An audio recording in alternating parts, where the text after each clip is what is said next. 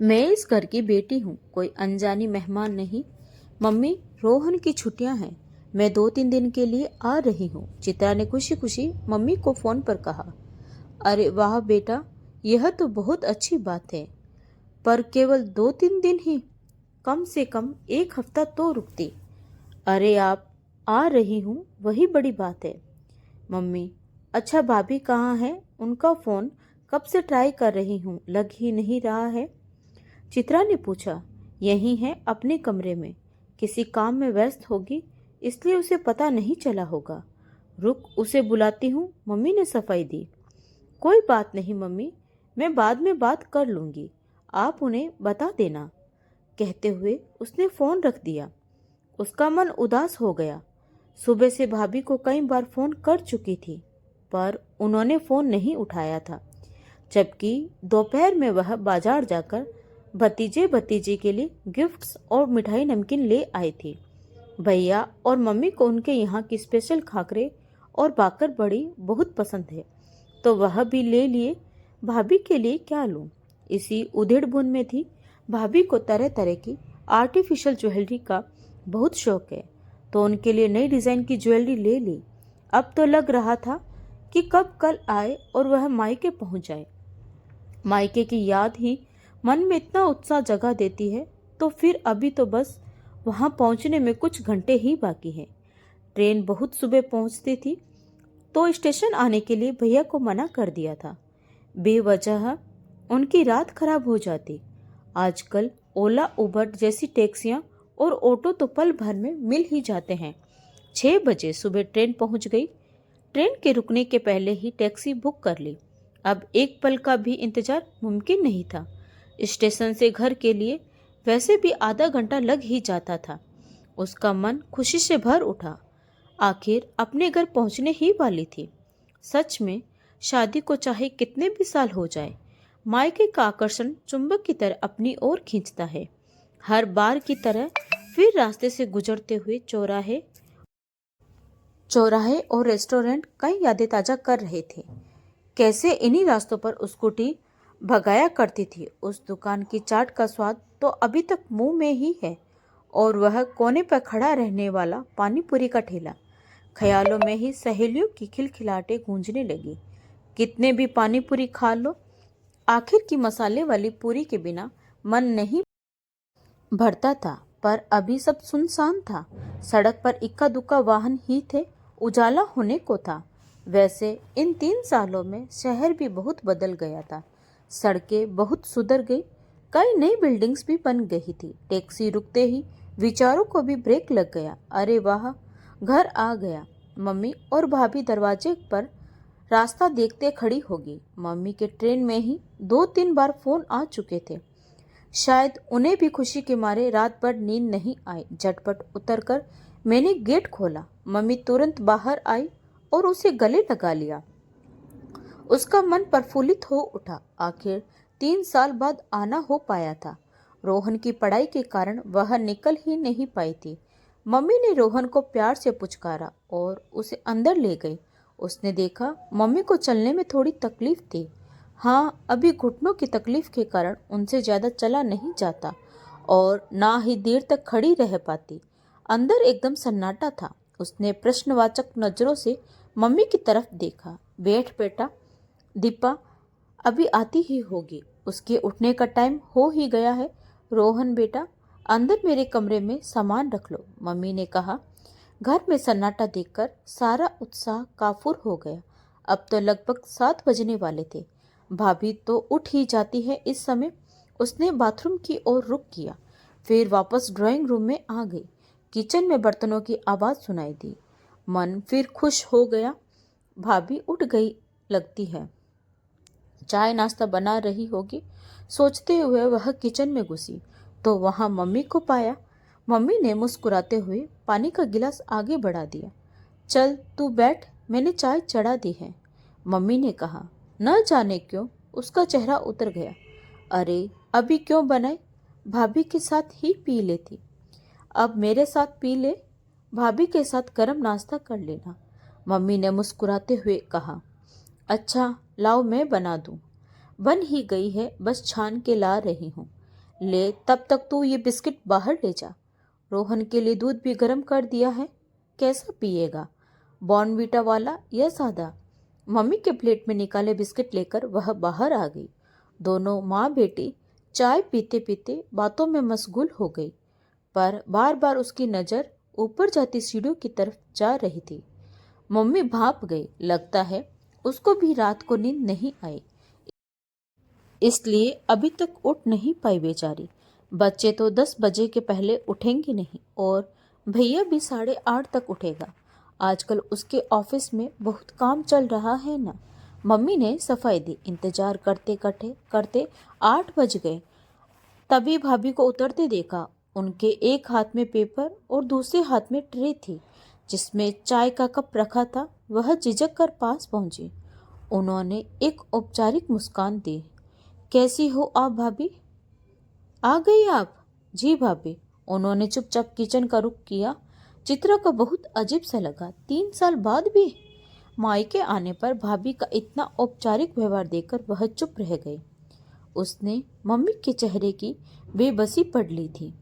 भाभी यह लीजिए, कहते हुए मिठाई, नमकीन और सारे उपहार निकालकर उन्हें दे दिए। अरे यह सब क्यों उठा लाई? यहाँ कोई नहीं खाता यह सब। पर भाभी यह मम्मी और भैया के लिए हैं। मम्मी जी को वैसे भी तला हुआ मना है, पर सुनती कहाँ है। और यह देखो, इनकी तो तोंद निकलने लगी है। बच्चे तो वैसे भी नहीं खाते हैं यह सब। आपने फालतू की तकलीफ की, भाभी ने कहा। चित्रा का चेहरा उतर गया। मम्मी ने चुपचाप सब सामान उठाया और अपने कमरे में ले जाकर रख दिया। मुझे मालूम नहीं था ना भाभी। दरअसल इतने साल आना नहीं हुआ तो पसंद नापसंद का अंदाजा नहीं रहा। अच्छा, क्या बना दूं लंच में? दीपा, पहले गरम नाश्ता तो बना लो, अभी खाने में देर है, मम्मी ने कहा। तो भाभी ने उनकी तरफ पलट कर देखा। मम्मी चुप हो गई। भाभी आप चाय तो पी लो, फिर खाने की तैयारी देख लेंगे। मैं पी चुकी, भाभी ने रुखे स्वर में कहा। अरे मैंने तो देखा नहीं, आपने कब पी? मैं तो सुबह 6 बजे ही ग्रीन टी ले लेती हूँ। अखबार पढ़ते हुए ऊपर इलेक्ट्रॉनिक केतली में बन जाती है। भाभी ने रूखा सा उत्तर दिया। चित्रा को आघात लगा। वह सुबह से नीचे उनका इंतजार करके बैठी थी और उन्होंने मिलना तक ठीक नहीं समझा। वह इस घर की बेटी है, कोई अनचाही मेहमान तो नहीं। कुछ भी सादा खाना बना लेते हैं भाभी, जो बच्चों को पसंद हो। आप अपना बता दो, बच्चों को तो मैं देख लूँगी। और मेरा लंच तो बाहर है, भाभी ने उसी रूखेपन से कहा। तो भाभी आप परेशान मत हो, हमें जो लगेगा बना लेंगे हम, उसने यथासंभव प्यार से कहा। ठीक है, जैसा आप चाहो, कहते हुए भाभी अंदर चली गई। उनका इतना रूखा व्यवहार देखकर चित्रा की आंखों में आंसू आ गए, पर मम्मी को वह दुखी नहीं करना चाहती थी, इसलिए अपने आप को संयत कर लिया और मम्मी के साथ गप्पे लगाने लगी। तभी भैया उठकर आए। उन्होंने प्यार से उसे गले लगाया। 3 साल तक न आने की मीठी शिकायत भी कर दी और अभी कम से कम 1 हफ्ता न जाने देने का फरमान भी सुना दिया। रोहन को अपने पास बैठाकर उससे उसकी पढ़ाई के बारे में पूछने लगे। चित्रा की पलकें भीग गई। ये आंसू भी कितने नादान होते हैं, गम में भी छलक उठते हैं और खुशी में भी। दीपा, नाश्ते में क्या बना रही हो? इतने सालों बाद चित्रा आई है, उसकी पसंद का कुछ अच्छा सा बना लो और मैं बाजार से गर्मा गर्म कचौड़ी समोसे ले आता हूँ। भैया ने भाभी को आवाज़ लगाई। और तू हमारे लिए खाकरा और भाखर बड़ी लाई कि नहीं? तुम्हारे वहाँ का स्वाद ही अलग है। लाई हूँ भैया। चित्रा का चेहरा खिल उठा। वह उठकर अंदर कमरे में गई और यहाँ मम्मी के चेहरे पर भी मुस्कान आ गई। नाश्ते के समय भैया ने भाभी को बाहर लंच पर जाने से मना कर दिया। भाभी का चेहरा गुस्से से लाल हो गया। चित्रा ने बात संभाली। भैया, भाभी को क्यों मना कर रहे हो? कुछ घंटों की तो बात है, अभी 2-3 दिन हूँ यहाँ।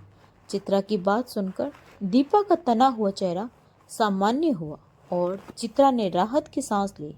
भाभी शाम को देर से लौटी। उनका मायका वहीं पास में ही था। दोपहर में उन्होंने बच्चों को भी वहीं बुला लिया था। चित्रा चुप रह गई।